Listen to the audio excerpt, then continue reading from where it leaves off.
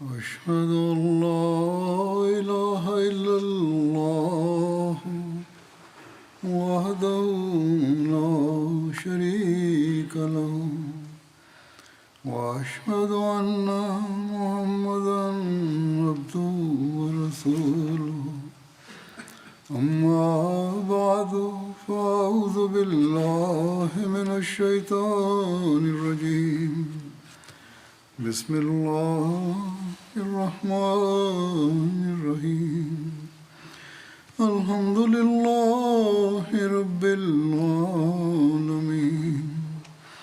الرحمن الرحيم مالك يوم الدين إياك نعبد وإياك نستعين اهدنا الصراط المستقيم صراط الذين أنعمت عليهم غير المغضوب عليهم ولا الضالين.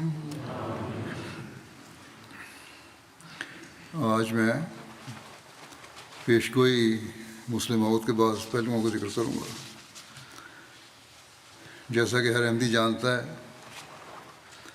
اور ہر سال اس پیشگوئی کے پورا ہونے پر جلسے بھی منعقد کیے جاتے ہیں. یہ 20 فروری 1886 کی پیشگوئی ہے جس میں حضرت مسیح موعود علیہ السلام کو ایک مختلف صفات کے حامل بیٹے کی پیدائش کی خبر دی گئی تھی.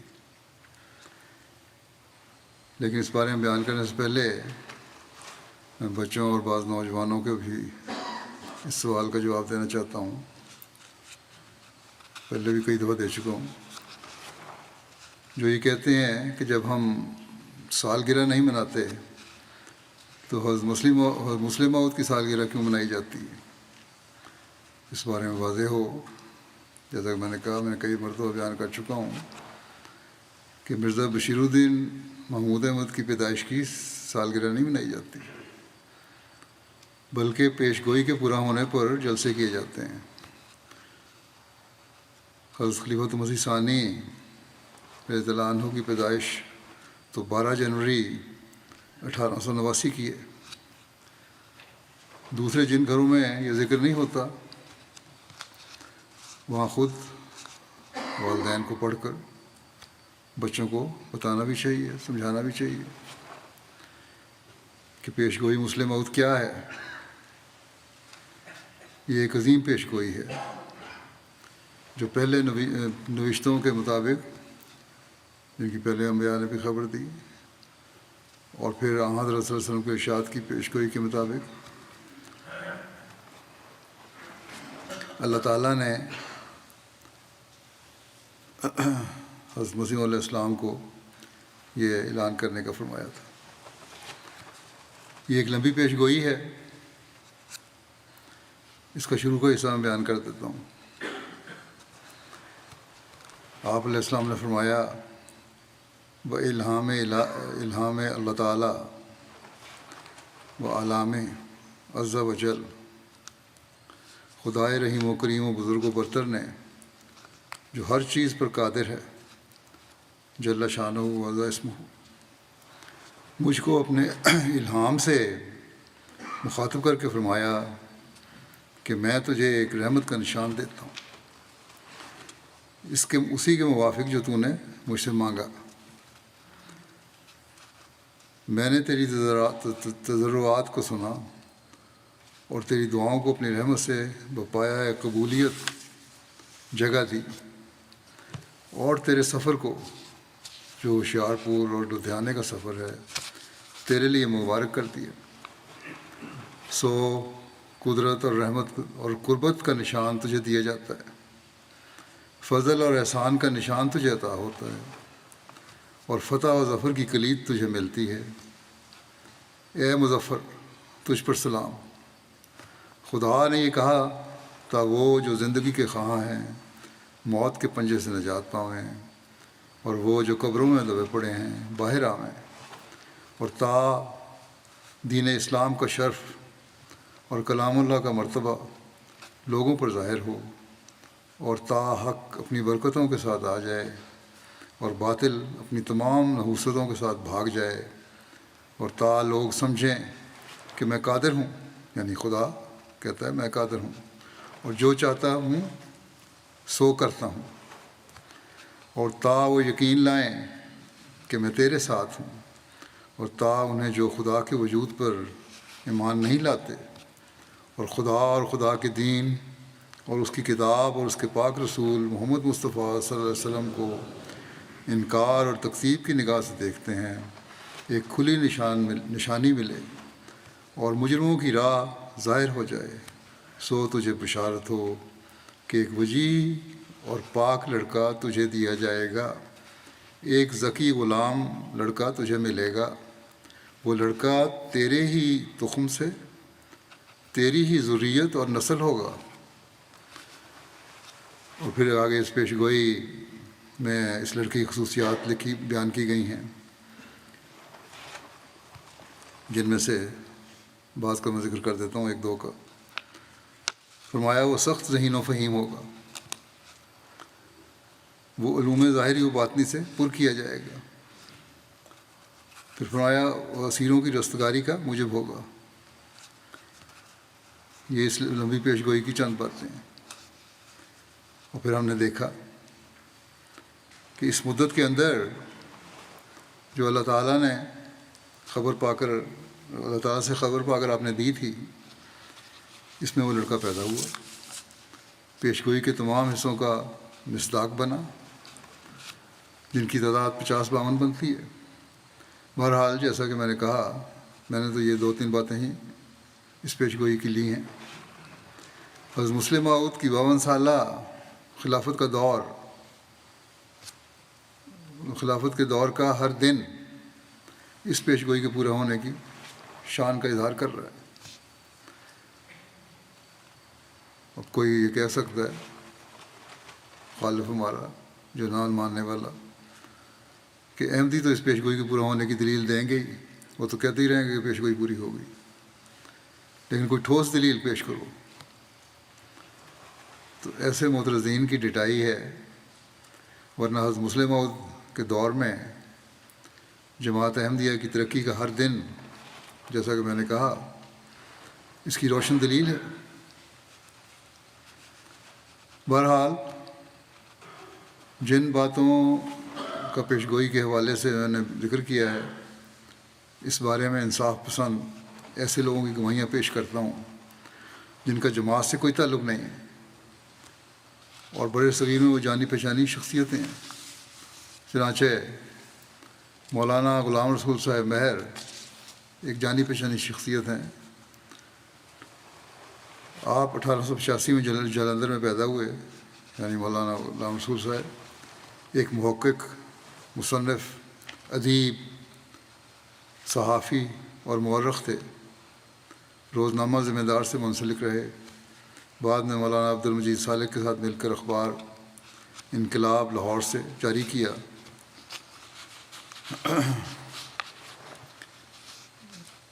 20 اور 25 دسمبر 1966 کو شیخ عبد الماجد صاحب آف لاہور مولانا صاحب کی خدمت میں حاضر ہوئے۔ دوران گفتگو حضرت مسلم موعود کے متعلق مولانا غلام رسول مہر صاحب نے بتایا کہ آپ لوگوں کی کسی کتاب میں اس عظیم الشان انسان کے کارناموں کی مکمل آگاہی نہیں ملتی۔ ہم نے انہیں قریب سے دیکھا ہے، کئی ملاقاتیں کی ہیں، پرائیویٹ تبادلہ خیالات کیا ہے۔ مسلم قوم کے لیے تو ان کا وجود سراپا قربانی تھا، مسلم قوم کے لیے ان کا وجود سراپا قربانی تھا۔ پھر کہنے لگے کہ ایک دفعہ مجھے راتوں رات قادیان جا کر حضرت صاحب سے مشورہ کرنا پڑا۔ وہ سفر اب بھی آنکھوں کے سامنے ہے۔ انسانیت کے لیے اس شخص کے دل میں بڑا درد تھا، یعنی حضرت مسلم موعود کے دل میں بڑا درد تھا، اور جہاں کہیں مسلم قوم کی بہتری اور بہبودی کا معاملہ درپیش ہوتا، آپ کی قابل عمل تجاویز ہمارا حوصلہ بڑھانے کا موجب بنتی۔ ایسے مواقع پر آپ کا رواں قومی درد سے تڑپ اٹھتا تھا۔ فرقہ بازی کا تعصب میں نے اس وجود میں نام کو نہیں دیکھا۔ مرزا صاحب بلا کے ذہین تھے، پیشگوئی کے الفاظ ہیں، ذہین و فہیم ہوگا، غیر جماعت بھی اس کی گواہی دے رہا ہے۔ پھر سلسلہ گفتگو جاری رکھتے ہوئے کہنے لگے کہ میں نے پاک و ہند میں سیاسی نا مذہبی لیڈر ایسا دیکھا ہے جس کا دماغ پریکٹیکل پولیٹکس میں ایسا کام کرتا ہے جیسا مرزا صاحب کا دماغ کام کرتا تھا۔ بے لوث مشورہ، واضح تجویز اور پھر صحیح خطوط پر لاحِ عمل، یہ ان کی خصوصیت تھی۔ مجھے ان کی وفات پر بڑا صدمہ ہوا۔ کہنے لگے میں نے تعزیت کا خط بھیجا ہے اسماعیل صاحب پانی پتی کو۔ اس خط میں یہ بھی لکھ دیا ہے کہ وہ حضرت صاحب سے متعلقہ تعزیتی فکرات کو شائع بھی کرا سکتے ہیں۔ پھر کہتے ہیں افسوس مسلمانوں نے مرزا صاحب کی قدر نہیں کی۔ سخت مخالفت کی آنتیوں کے باوجود میں نے مرزا صاحب کو کبھی افسردہ اور سرد مہر نہیں دیکھا۔ مرزا صاحب کے دل کی شمع ہمیشہ روشن رہی۔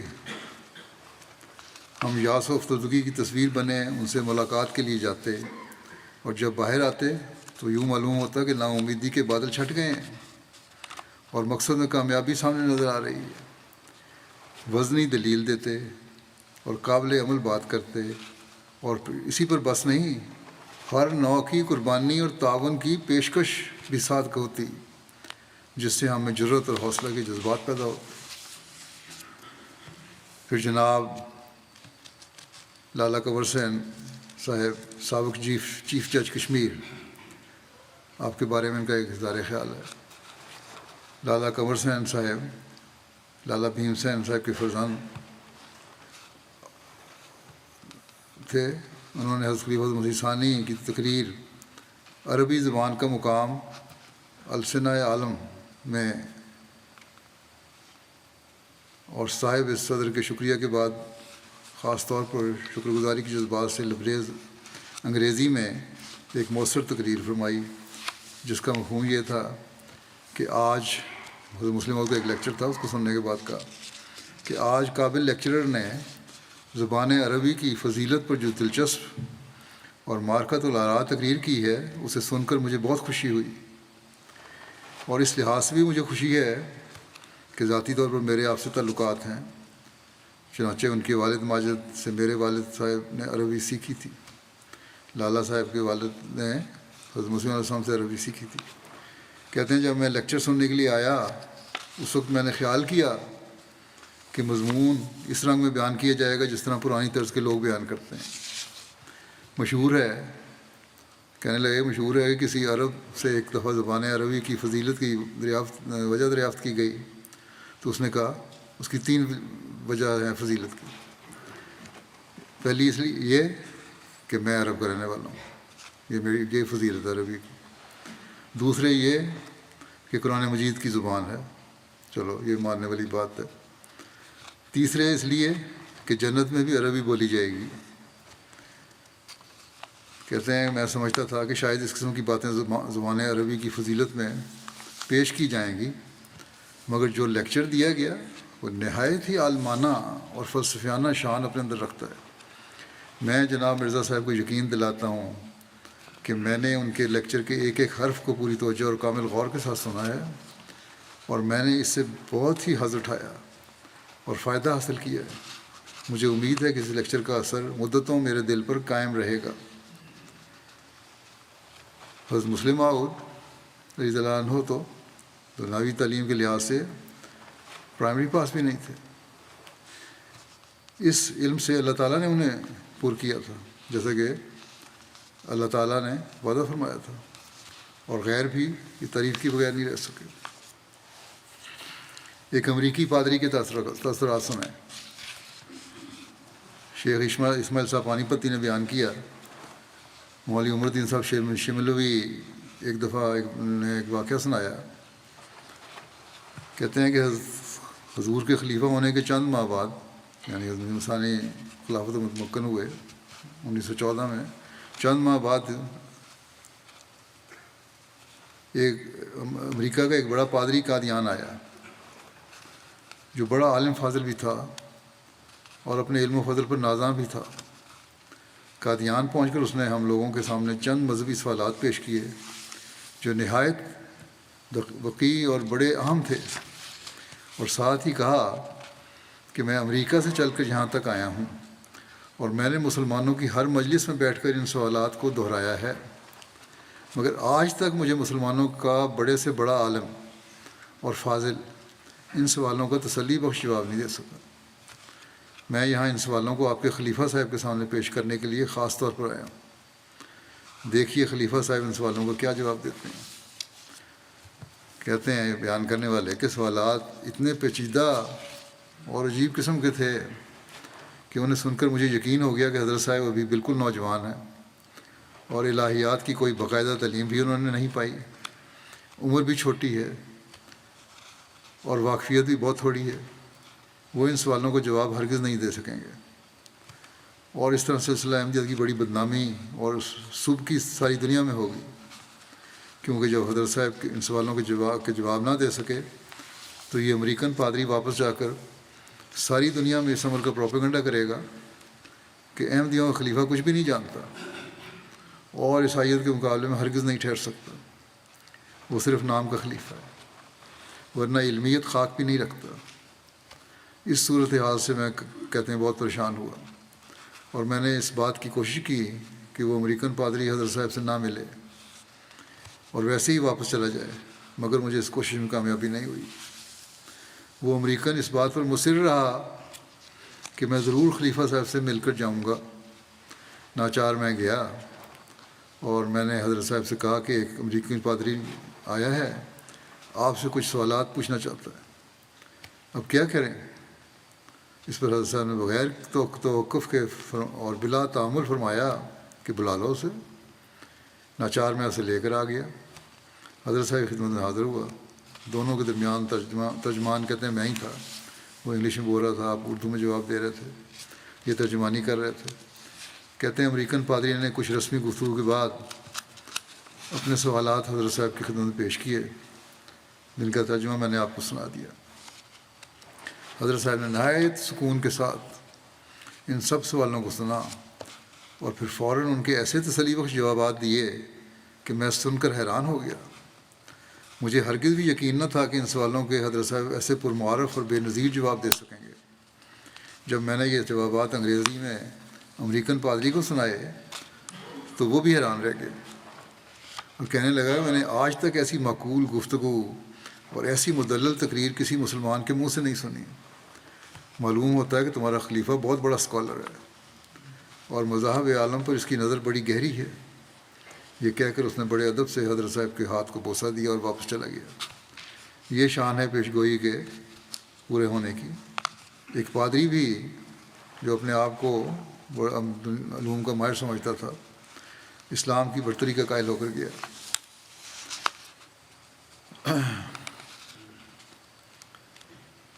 حضرت مسلم موعود کی کتاب ہے نہرو رپورٹ اور مسلمانوں کے مسالے۔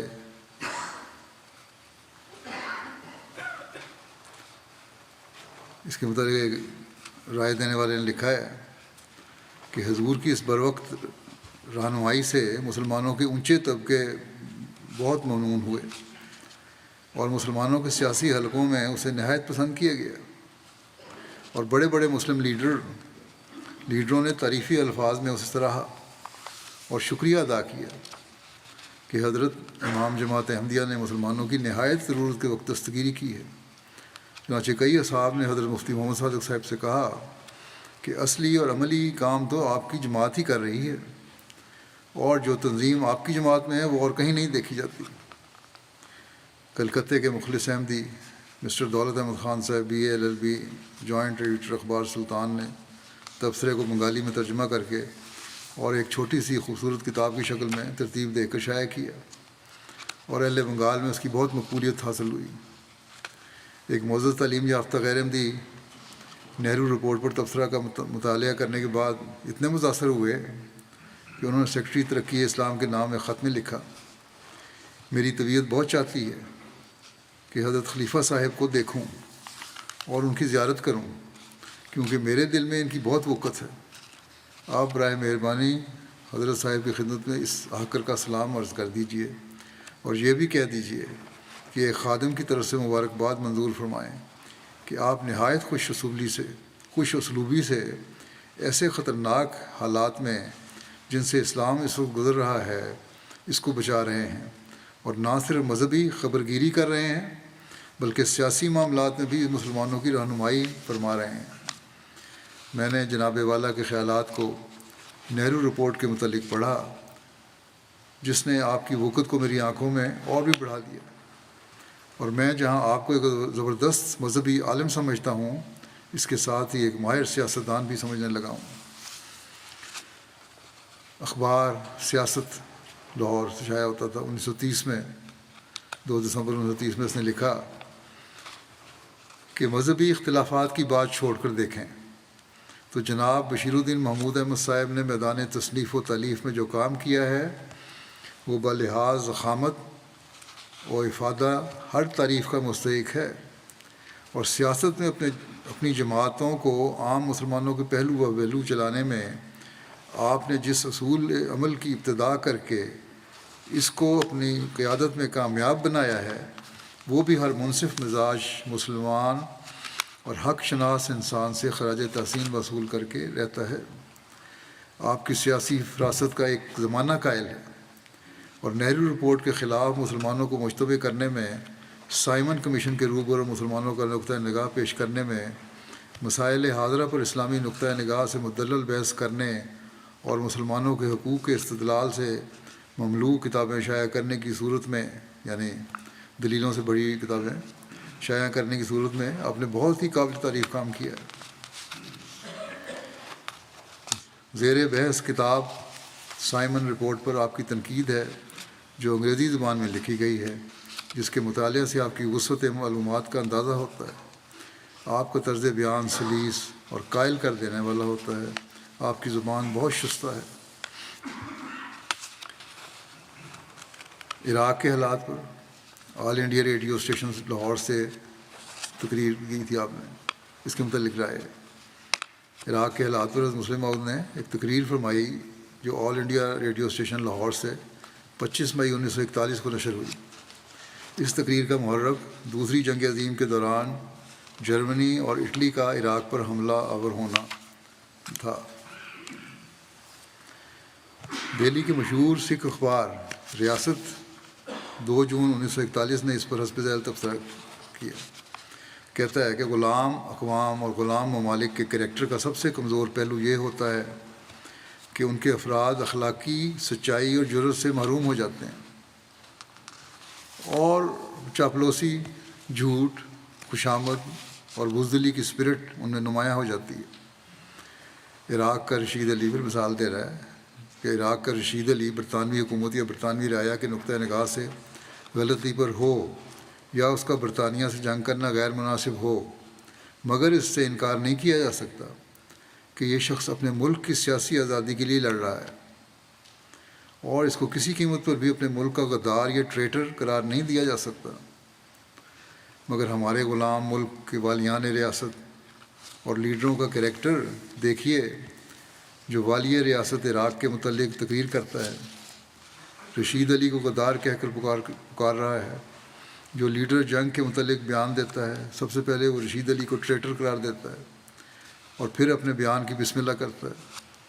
اور ان والیان ریاست اور لیڈروں کا کریکٹر، یعنی یہ مسلمان بعض دوسرے جو ہیں اور ہندوستان سمیت کے لیڈر بھی، ان لیڈروں کا کریکٹر غلامی کے باعث اس قدر پست ہے کہ یہ غلط خوشامد اور چاپلوسی کو ہی ملک یا حکومت کی خدمت سمجھ رہے ہیں۔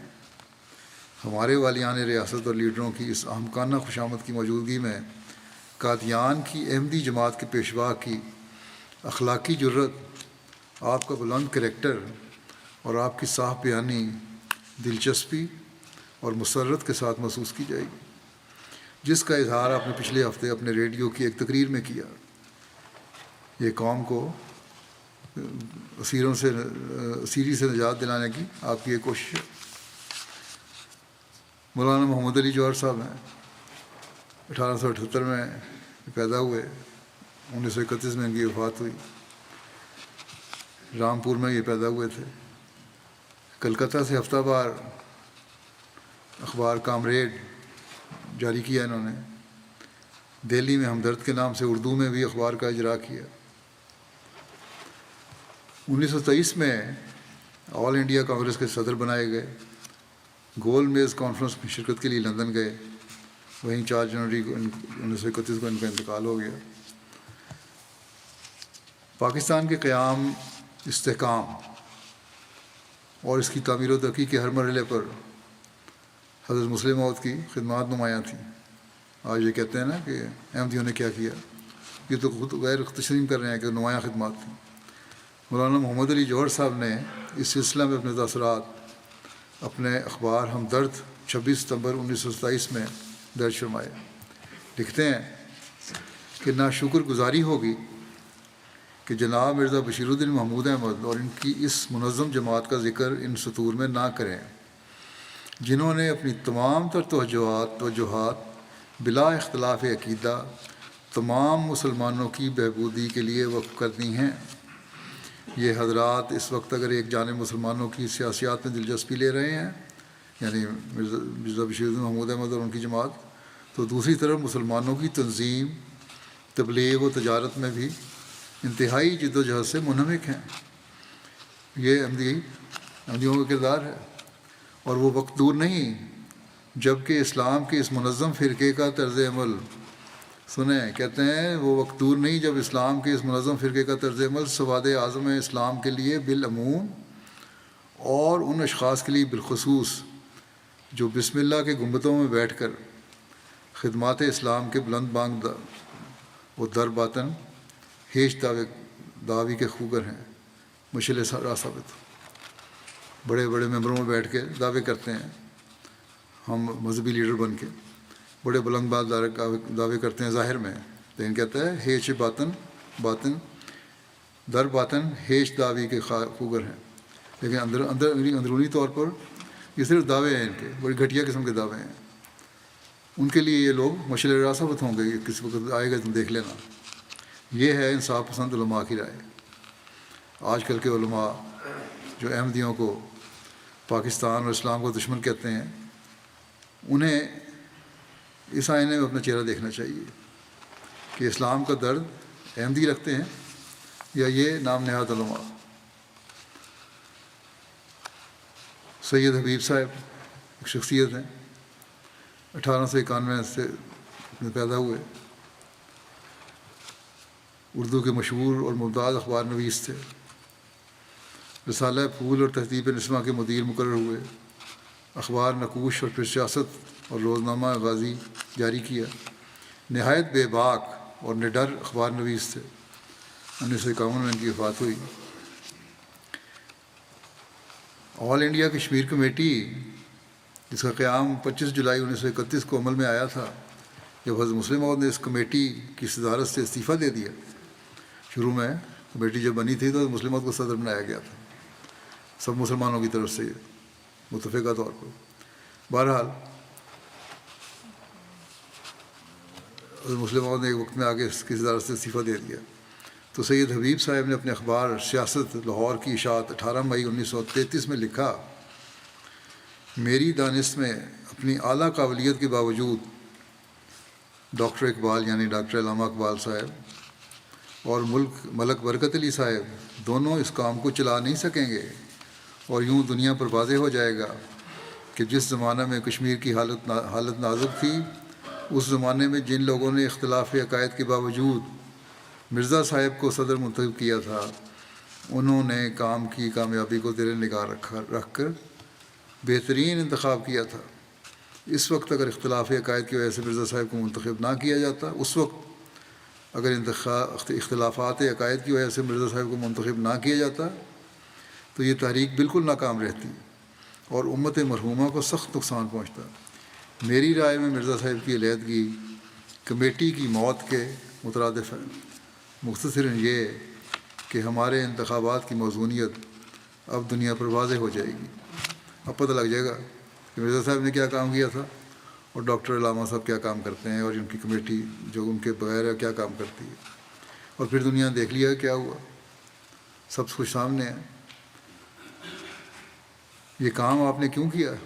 اس لیے کہ اسیروں کی رستگاری کا درد آپ رکھنا تھا اور اس کا موجب بننا تھا۔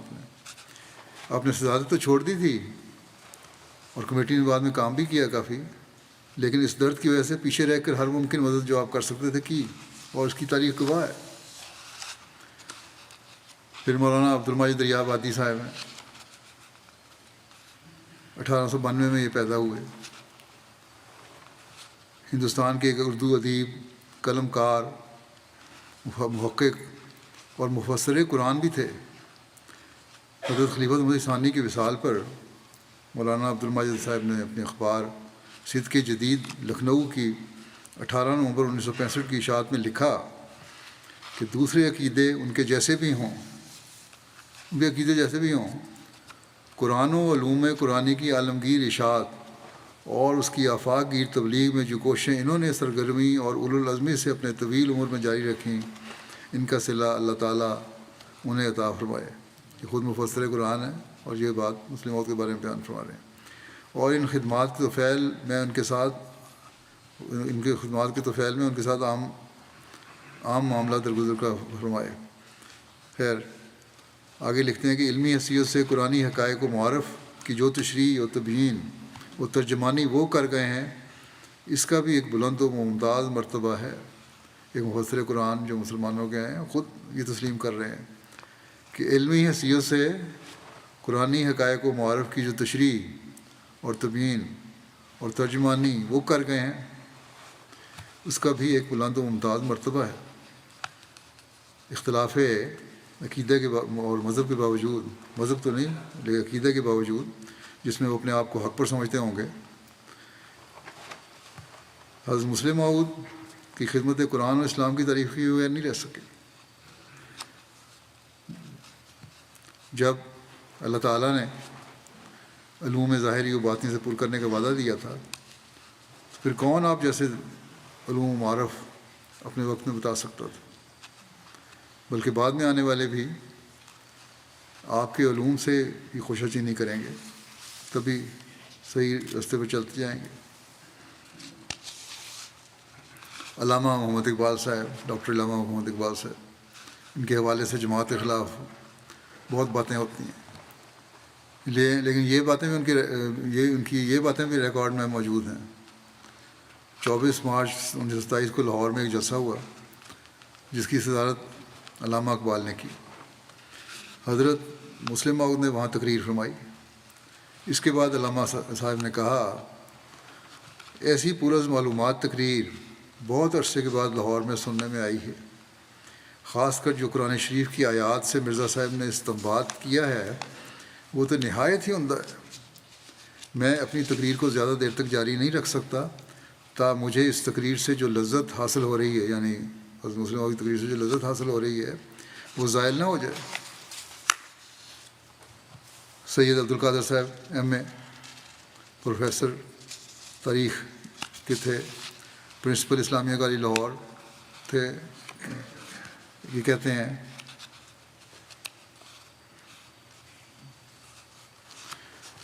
یہ 1919 میں حضرت مسلم موعود نے اسلام میں اختلافات کا آغاز کو ایک لیکچر دیا تھا لاہور میں، بڑا مارکرۃ اللہ لیکچر تھا، یہ صدارت کر رہے تھے۔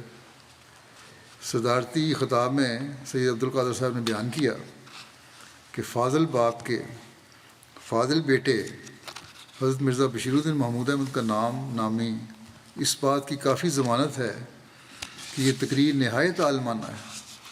مجھے بھی اسلامی تاریخ سے کچھ شدبد ہے اور میں دعوے سے کہہ سکتا ہوں کہ کیا مسلمان اور کیا غیر مسلمان، بہت تھوڑے مورخ ہیں جو حضرت عثمان کے عہد کے اختلافات کی تہہ تک پہنچ سکے اور اس مہلک اور پہلی خانہ جنگی کے فتنے کے اسباب سمجھنے میں کامیاب ہوئے ہیں۔ حضرت مرزا صاحب کو نہ صرف خانہ جنگی کے فتنے کے اسباب سمجھنے میں کامیابی ہوئی ہے، بلکہ انہوں نے نہایت واضح اور مسلسل پیرائے میں ان واقعات کو بیان فرمایا ہے جن کی وجہ سے ایوان خلافت مدت تک تزلزل میں رہا۔ میرا خیال ہے ایسا مدلل مضمون اسلامی تاریخ سے دلچسپی رکھنے والے احباب کی نظر سے پہلے نہیں گزرا ہوگا۔ وزیر ہند ایڈون سیموئل مونٹیگو، ہندوستان کے تمام معاملات کے برطانوی پارلیمان میں سیکرٹری آف اسٹیٹ برائے انڈیا کے ذمہ دار ہوتے تھے۔ یہ ہندوستان کے جو معاملات تھے اس میں جب یہ کالونی انڈو پاکستان یا سب کانٹیننٹ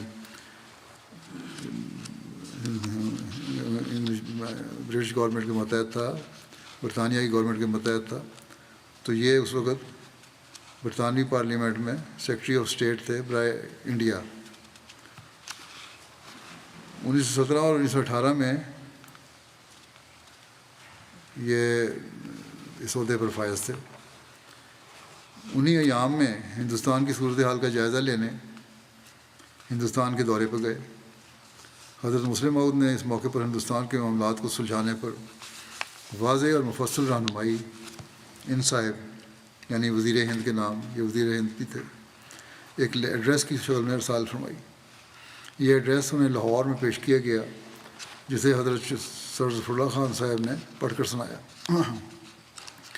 حضور نے خود بھی وزیر صاحب سے ملاقات کی اور رہنمائی سے نوازا۔ مونٹاگو صاحب نے اس ایڈریس اور اس کا حوال اپنی ڈائری میں نوٹ کیا، جو ان کی وفات کے بعد این انڈین ڈائری کے نام سے شائع ہوئی۔ انہوں نے 15 نومبر 1917 کی تاریخ میں درج کیا: چوتھا وفد احمدیوں کا تھا، جو مسلمانوں کا ہی ایک فرقہ ہے۔ یہ مسلمان ہیں اور انسانیت کے اتحاد میں یقین رکھتے ہیں اور تمام انبیاء پر ایمان لاتے ہیں۔ انہوں نے ایک طویل دستاویز پڑھ کر سنائی جو ان کے حضور نے تحریر کی ہے۔ یہ دستاویز ان تمام دستاویزات سے کہیں بہتر تھی جو ہمارے سامنے پیش کی گئیں۔ اس دستاویز کی تجاویز ایگزیکٹو کونسل کے ممبران کے چناؤ سے متعلق اور قانون سازی کے متعلق سب وفود سے بہتر اور بہت غور و فکر کے بعد نہایت ذہانت سے تیار کی گئی ہے۔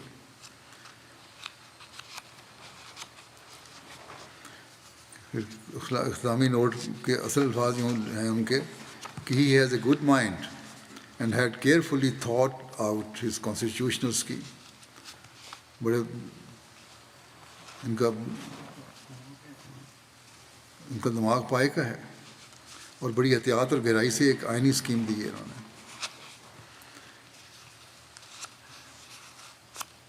یہ ایک پڑھا لکھا منجا ہوا سیاستدان ہے جو ایک دنیاوی تعلیم نہ حاصل کرنے والے کے بارے میں کہہ رہا ہے۔ یہ کیوں نہ ہو؟ یہ پیش گوئی ہے کہ اللہ تعالیٰ نے اسے ظاہری علوم سے بھی پر کیا۔ چودھری محمد اکبر خان بھٹی صاحب ایڈوکیٹ ہائی کورٹ میں کہتے ہیں ایک واقعے کا ذکر کرنا بھی شاید بے محال نہ ہوگا۔ ہفتہ وار پارس کے ایڈیٹر، ایک رسالہ تھا پارس، اس کے ایڈیٹر لالا کرم چند ایک دفعہ اخبار نویسوں کے وفد کے ساتھ قادیان کے سالانہ جلسے میں شامل ہوئے۔ وہاں سے واپس آئے تو یکے بعد دیگرے کئی مضامین میں مرزا بشیر الدین محمود صاحب کی قیادت، فراست اور شخصیت کا ذکر ایسے پیرائے میں کیا کہ مخالفوں میں کھلبلی مچ گئی۔ مجھے خود کہنے لگے ہم تو ظفر اللہ خان کو بڑا آدمی سمجھتے تھے۔ سر ظفر اللہ خان ان دنوں میں وائسرائے کے ایگزیکٹو کونسل کے ممبر تھے، مگر مرزا بشیر الدین محمود احمد کے سامنے اس کی حیثیت یعنی ظفر اللہ خان صاحب کی حیثیت طفل مکتب کی ہے۔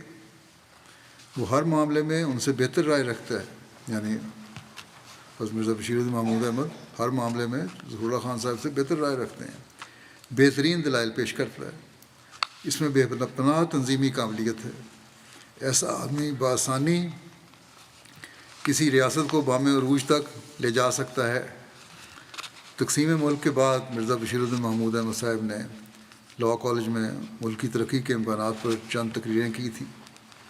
ان تقریروں میں انہوں نے ایک فاضل یونیورسٹی لیکچرر کی طرح نقشہ جات، بلیک بورڈ اور گراف کی انداز سے بعض نکات کی وضاحت کی تھی۔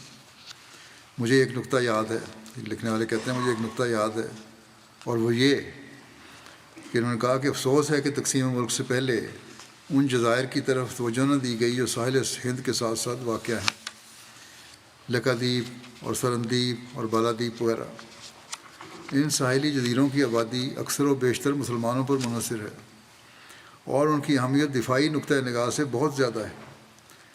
ارشادات سن کر سامعین میں عام تاثر یہ پایا جاتا تھا کہ کاش تقسیم کی کارروائی کے وقت خلیفہ صاحب کا اشتراک عمل حاصل کر لیا جاتا۔ بے جا تعصب اور خود فریبی نے قومی سطح پر مرزا بشیر الدین محمود احمد کی خداداد صلاحیتوں سے فائدہ اٹھانے کا موقع ہاتھ سے کھو دیا۔ ایک جج نے نجی صحبت میں اعتراف کیا کہ انہیں اپنی ساری فضیلت کے باوجود ان مافوق الفطرت مسائل کے متعلق رتی بھر واقفیت نہیں تھی۔ مرزا محمود احمد صاحب کی توضیحات کو سن کر ان کے 14 طبق روشن ہو گئے اور پہلی بار اسلامی نظریات کا صحیح علم ہوا۔ بس مسلم ماؤد ہی ہیں جنہوں نے پہلے بھی اور بعد میں بھی پاکستان کے وجود کے قیام کے لیے اعلیٰ ترین رائے پیش کی اور پڑھے لکھے لوگوں کے بھی دماغ روشن کر دیے۔ ہوش و حواس ان کو بھول گئے کہ ان کو یہ بھول ہی گیا کہ یہ بالکل ہی اپنے آپ کو وہ طفل مکتو سمجھنے لگے کہ ہمیں تو پتہ ہی نہیں تھا ان باتوں کو۔ اخبار العمران دمشق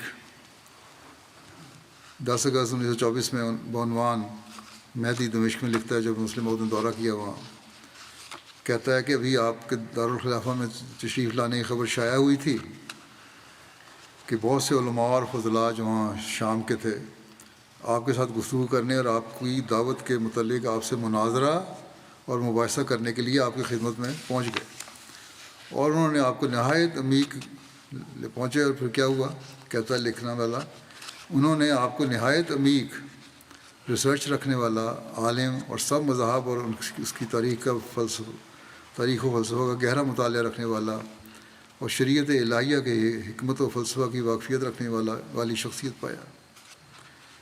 یہ ایک عرب اخبار کی گواہی ہے۔ پھر اسرائیل کے قیام کی منصوبہ بندی، اور پھر قیام پر جو منصوبہ بندی ہو رہی تھی، اور اس کے قیام کے بعد بھی آپ نے قیام پر جو قیام ہوگا کیا ہوگا، آپ نے مذہبی اور تاریخی تناظر میں مسلمانوں کو حقائق بتا کر ہوشیار کرنے کی کوشش کی، بعد میں بھی کرتے رہے۔ اس زمانے میں آپ نے ایک مضمون الکفر و ملت واحدہ لکھا، اسے عرب تک بھی پھیلایا گیا اور عربوں کو اس کے عربی ترجمہ کر کے، اور عربوں کو مسلم دنیا کو کہا کہ اب بھی ہوشیار ہو جاؤ۔ اس مضمون کو کئی عرب اخبارات نے بھی بیان کیا اور سراہا بھی۔ آپ نے اپنے تحفظات کا اظہار کیا تھا، خدشات کا بیان کیا تھا، اور جن نتائج کے پیدا ہونے کا اظہار کیا تھا، آج وہی نتائج ہم دیکھ رہے ہیں جو آج نظر آ رہے ہیں جنگ میں، جو آپ نے بیان کیے تھے۔ کاش کہ مسلمان اس وقت بھی توجہ کرتے اور آج بھی توجہ کریں۔ اس بارے میں الشورا بغداد کا ایک اخبار ہے، اس نے 18 جون 1948 کے پرچے میں لکھا، اس کی تفصیل لکھی۔ اسی طرح اخبار الافبا دمشق شائع ہوتا ہے، اس نے بھی اس مضمون کو خوب سراہا۔ یہ ایک ایسا مضمون ہے جو احمدیوں کو بھی پڑھ لینا چاہیے، بہت ساری معلومات میں اضافہ ہوگا ان کی۔ سردار شوکت حیات خان صاحب، یہ جدوجہد آزادی ہندوستان کے سرکردہ رکن تھے۔ اپنی کتاب گم گشتہ قوم The Nation That Lost Its Soul میں لکھا ہے، ایک دن مجھے قائد اعظم کی طرف سے پیغام ملا۔ شوکت کا پیغام یہ تھا اس قائد اعظم کا کہ شوکت، مجھے معلوم ہوا ہے کہ تم بٹالے جا رہے ہو جو قادیان سے 5 میل کے فاصلے پر ہے۔ تم وہاں جاؤ اور حضرت صاحب کو میری درخواست پہنچاؤ کہ وہ پاکستان کے حصول کے لیے اپنی نیک دعاؤں اور حمایت سے نوازیں۔ کہتے ہیں جلسے کے اختتام کے بعد میں نصف شب کے قریب 12 بجے رات قادیان پہنچا۔ حضرت صاحب آرام فرما رہے تھے۔ میں نے ان تک پیغام پہنچایا کہ میں قائد اعظم کو پیغام لے کر حاضر ہوا ہوں۔ وہ اسی وقت نیچے تشریف لے آئے اور استفسار کیا کہ قائد اعظم کے کیا احکامات ہیں۔ میں نے کہا کہ وہ آپ کی دعا اور معاونت کے طلبگار ہیں۔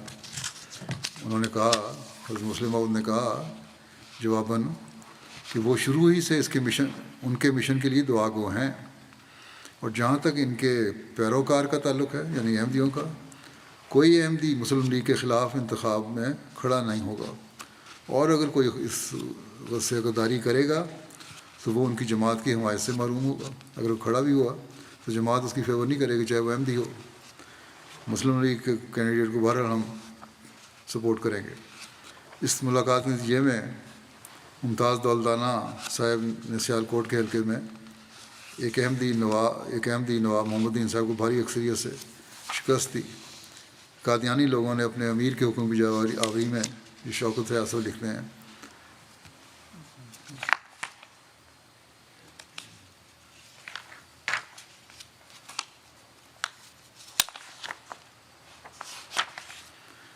کہ قادیانی لوگوں نے اپنے امیر کی حکم کی بجاوری میں محمد دین کی بجائے ممتاز کو ووٹ دیے، اور یہ ممتاز دولتانہ صاحب وہی ہیں جنہوں نے اپنی حکومت میں 1953 میں پھر احمدیوں کے خلاف ہی کارروائی کی۔ احمدی جتنا مرضی حمایت کرتے رہے ہیں ان لوگوں کی، لیکن یہ لوگ ڈنگ مارنے سے باز نہیں کبھی آتے۔ وہ مزید لکھتے ہیں شوکت ایاز صاحب، جب میں پٹھان کوٹ پہنچا تو قائد اعظم نے مولانا مودودی صاحب سے بھی ملنے کے لیے حکم فرمایا۔ وہ چودھری نیاز کے گاؤں سے متصل باغ میں رہائش پذیر تھے۔ جب میں نے انہیں قائد اعظم کو پیغام پہنچایا مولانا مودودی صاحب کو وہ پاکستان کے لیے دعا کریں اور ہماری حمایت کریں، تو انہوں نے جواباً کہا کہ وہ کیسے ناپاکستان یعنی ناپاک جگہ کے لیے دعا کر سکتے ہیں۔ مزید برآں کہتے ہیں پاکستان کیسے وجود میں آ سکتا ہے جس وقت تک تمام ہندوستان کا ہر فرد مسلمان نہیں ہو جاتا۔ جماعت اسلامی کے قائد کی یہ بصیرت اس وقت تک پاکستان وجود میں نہیں آ سکتا۔ اس کا مطلب ان کے نظریے مطابق تو آج تک نہیں آنا چاہیے تھا۔ جماعت اسلامی کے قائد کی یہ لکھتے ہیں یہ سردار شوکت ایاز کہ جماعت اسلامی کے قائد کی یہ بصیرت اور نظریہ تھا، اور دوسری طرف دیکھو مرزا بشیر الدین محمود احمد کا کیا نظریہ تھا۔ آج احمدی ان تاریخ سے نابلد سیاستدانوں اور نام نہاد علماء کی نظر میں ملک دشمن ہے، جو ملک کے لیے ہر قربانی کے لیے اس کے وجود کے وقت بھی تیار تھے اور آج بھی تیار ہیں، اور یہ ملک بنانے کے خلاف لوگ جو ہیں ملک کے ٹھیکیدار بنے بیٹھے ہیں۔ اللہ تعالیٰ جلد ان ظالموں سے ملک کو نجات دلائے۔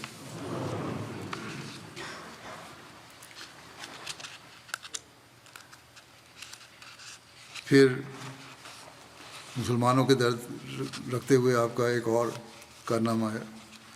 1923 میں تاریخ شدی کے خلاف جہاد کا آغاز کروایا آپ نے، یعنی ہندو بنانے کی تاریخ، وہ تاریخ جو شردھانند نامی ایک ہندو لیڈر نے ہندوستان میں ان مسلمانوں کو دوبارہ ہندو بنانے کے لیے چلائی تھی جن کے آباء و اجداد کبھی ہندو تھے۔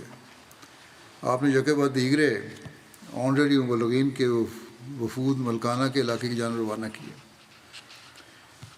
اس حوالے سے اخبار مشرق گورکھپور نے 29 مارچ 1923 کی اشاعت میں لکھا کہ جماعت احمدیہ کے امام پیشوا کی لگاتار تقریروں اور تحریروں کا اثر ان کے تابعین پر بہت گہرا پڑا ہے، اور اس جہاد میں اس وقت سب کے آگے یہی فرقہ نظر آتا ہے، اور باوجود اس بات کے احمدی فرقے کے نزدیک اس گروہ نو مسلم کی تائید کی ضرورت نہ تھی، کیونکہ اس فرقے سے ان کا کوئی تعلق نہ تھا، مگر اسلام کا نام لگا ہوا تھا، اس لیے اس کی شرم سے یعنی کہ اسلام کے نام کی شرم سے امام جماعت احمدیہ کو جوش پیدا ہو گیا، اور آپ کی بعض تقریریں دیکھ کر دل پر بہت ہیبت طاری ہوتی ہے کہ ابھی خدا کے نام پر جان دینے والے موجود ہیں، اور اگر ہمارے علماء کو اس بات کا اندیشہ ہو کہ جماعت احمدیہ اپنے عقائد کی تعلیم دے گی تو وہ متفقہ جماعت میں ایسا خلوص پیدا کر کے آگے بڑھیں۔ پھر دوسرے مسلمان اگر ان کو خطرہ ہے کہ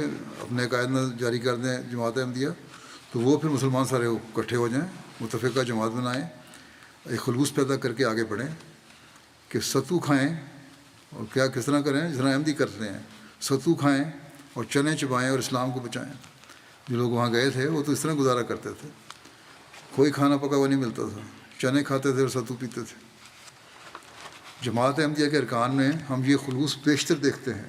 کہتے ہیں کہ جماعت احمدیہ کے ارکان میں یہ خلوص ہم بیشتر دیکھتے ہیں: دیانت، افاء عہد، اپنے امام کی اطاعت. بس یہ جماعت فرد ہے جناب مرزا صاحب اور ان کی جماعت کی عالی حوصلگی اور اثار کی تعریف کے ساتھ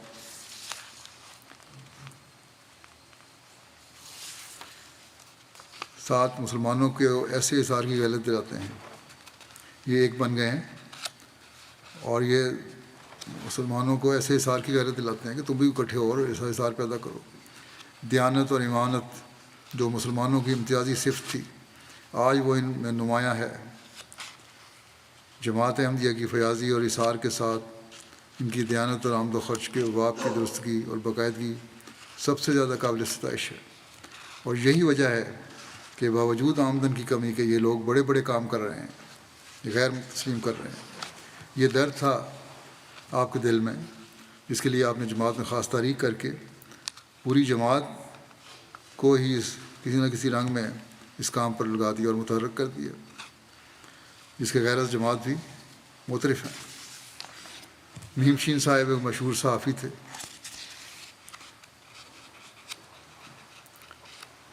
اور سیاستدان. قلمی نام ان کا میم شین تھا، میاں محمد شفیع. اصل نام میاں محمد شفیع تھا.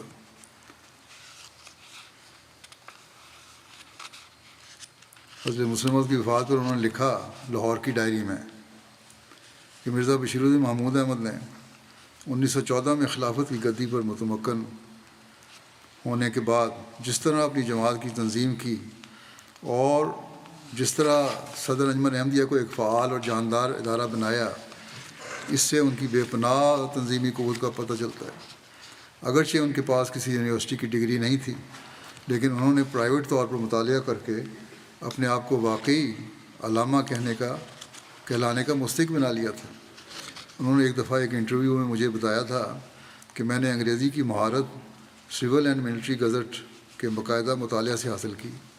ان کے ارشاد کے مطابق جب تک یہ اخبار خواجہ نذیر احمد کے دور ملکیت میں بند نہیں ہو گیا، انہوں نے اس کا باقاعدہ مطالعہ جاری رکھا. مرزا صاحب ایک نہایت سلجھے ہوئے مقرر اور منجے ہوئے نثر نگار تھے اور ہر ایک موقع کو بلا دریغ استعمال کرتے تھے جس سے جماعت کی ترقی کی راہیں کھلتی ہوں. جماعتی نقطۂ نگاہ سے ان کا یہ ایک بڑا کارنامہ تھا کہ تقسیم بر صغیر کے بعد جب قادیان ان سے چھن گیا تو انہوں نے روا میں دوسرا مرکز قائم کر لیا. پھر دی لائٹ جو غیر مبین کا ترجمان ہے اخبار، اس نے مسلم موعود کی وفات پر لکھا.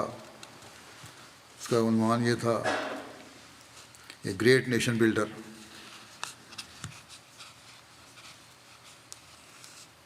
16 نومبر 1965 کے شمارے میں لکھا ہے انہوں نے کہ امام جماعت احمدیہ مرزا بشیر الدین محمود احمد کی وفات انتہائی طور پر پرز واقعات ایک ایسی زندگی کے اختتام پر منتج ہوئی ہے جو دور رس نتائج کے حامل بے شمار عظیم الشان کارناموں اور مہمات سے لبریز تھی.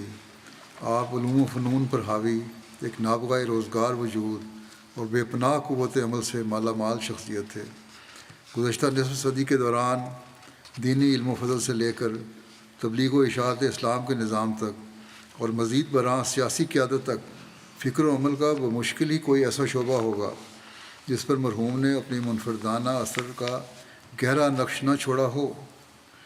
دنیا بھر میں پھیلا ہوا اسلامی مشنوں کا ایک جال، اطراف و جوانب میں تعمیر ہونے والی مساجد اور عرصہ دراز سے قائم شدہ عیسائی مشنوں کو جڑ سے اکھاڑ پھینکنے والی تبلیغ اسلام کا افریقہ میں وسیع و عمیق نفوذ، یہ وہ کارہائے نمایاں ہیں جو مرحوم کی تخلیقی منصوبہ بندی، تنظیمی صلاحیت اور انتھک محنت، انتھک جد و جہد کے حق میں ایک مستقل اور پائیدار یادگار کی حیثیت رکھتے ہیں. حالیہ زمانے میں بمشکل ہی انسانوں کا کوئی اور ایسا لیڈر ہوا ہوگا جو اپنے متبعین کی اتنی پرجوش محبت اور جانثاری کا مستحق ثابت ہوا ہو. پھر آپ کے متبعین کی طرف سے پرجوش محبت اور جانثاری کا اظہار صرف آپ کی حیات تک ہی محدود نہ تھا، بلکہ اس کے بعد بھی اس کا اظہار اسی شدت سے ہوا جب کہ ملک کے تمام حصوں سے 60,000 لوگ اپنے جدا ہونے والے امام کو آخری نذرانہ عقیدت پیش کرنے کے لیے دیوانہ وار دوڑے چلے آئے۔ جماعت احمدیہ کی تاریخ میں مرزا صاحب کا نام ایک ایسے عظیم معمار قوم کی طور پر زندہ رہے گا جس نے شدید مشکلات کے علی الرغم ایک متحد و مربوط جماعت قائم کر دکھائی اور اسے ایک ایسی قوت بنا ڈالا کہ جسے نظر انداز نہیں کیا جا سکتا۔ باوجود اختلاف کے غیر مبین کا اخبار بھی اس طرح کا اظہار کیے بغیر نہیں رہ سکا کہ آپ ایک عظیم لیڈر تھے۔ بہرحال یہ بھی ان لوگوں کا کھلے دل کا اظہار ہے۔ اس طرح کے بے شمار غیروں کے تبصرے ہیں آپ کے بارے میں۔ اس کے علاوہ آپ نے مختلف موضوعات پر جماعت کو عمومی طور پر مسلمانوں کو نصائح فرمائی ہیں، رہنمائی فرمائی ہے۔ وہ کئی مضمون ہیں کہ کتابیں کئی ضخیم جلدوں پر مشتمل ہیں۔ یہ کچھ شائع ہو گئی ہیں، کچھ شائع ہونے والی ہیں۔ تقریروں کی جلدیں 35-36 ہو گئی ہیں، خطبات ہو گئے ہیں 26-27 یا 28۔ تو بہرحال بہت نصائح فرمائی ہیں آپ نے۔ سب سے بڑھ کر یہ کہ کسی اسکول، کسی مدرسے، کسی کالج یونیورسٹی میں نہ پڑھنے کے باوجود جو علم قرآن اللہ تعالیٰ نے آپ کو عطا فرمایا تھا اس کی مثال نہیں ملتی۔ اس بارے میں بھی غیروں نے بے شمار تبصرے کیے ہوئے ہیں، جو گزشتہ سالوں میں بیان کر چکا ہوں۔ اور اب جو پرانے ریکارڈ میں سے غیر مطبوعہ نوٹس یا خطبات اور تقریروں میں سے جو تفسیریں مل رہی ہیں قرآن کریم کی، وہ ابھی چھپی نہیں ہوئی۔ تفسیر کبیر میں وہ نہیں آئیں جو تفسیر کبیر سے کہ 10 والیوم ہیں، ان سے تقریباً دگنے سے زیادہ ہیں۔ ان کی بھی انشاءاللہ تعالیٰ جلد اشاعت ہو جائے گی۔ یہ سب اللہ تعالیٰ نے آپ کو عطا فرمایا، اس پیش گوئی کو پورا فرمایا۔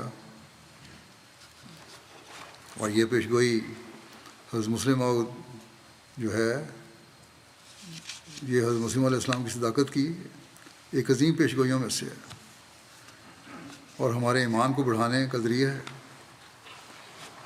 بہت سی کتب کی اشاعت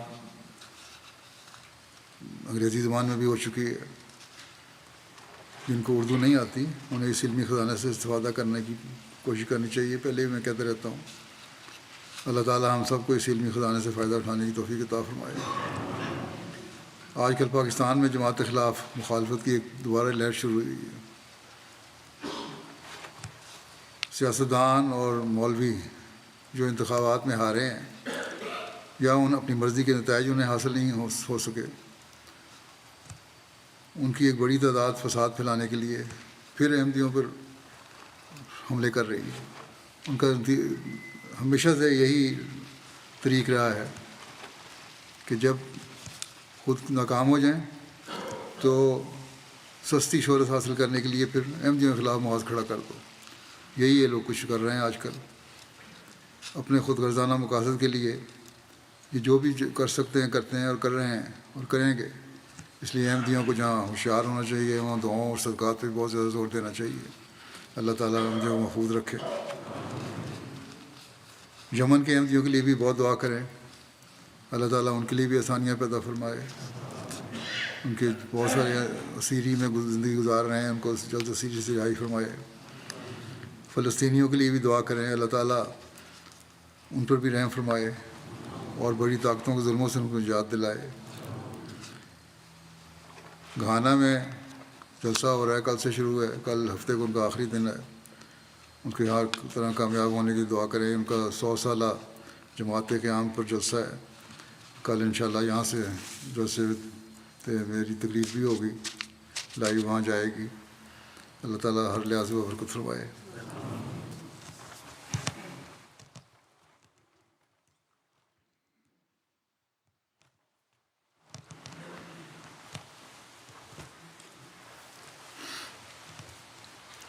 الحمد لله نحمده ونستعينه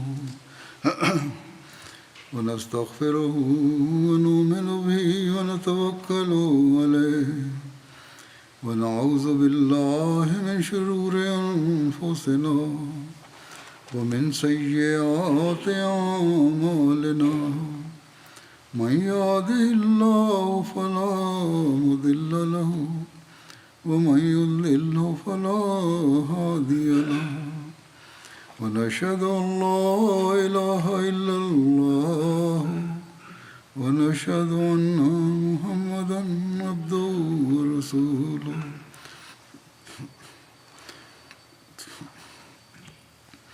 عباد الله رحمكم الله إن الله يأمر بالعدل والإحسان وإيتاء ذي القربى وينهى عن الفحشاء والمنكر والبغي يعظكم لعلكم تذكرون واذكروا الله يذكركم وادعوه يستجب لكم ولذكر الله أكبر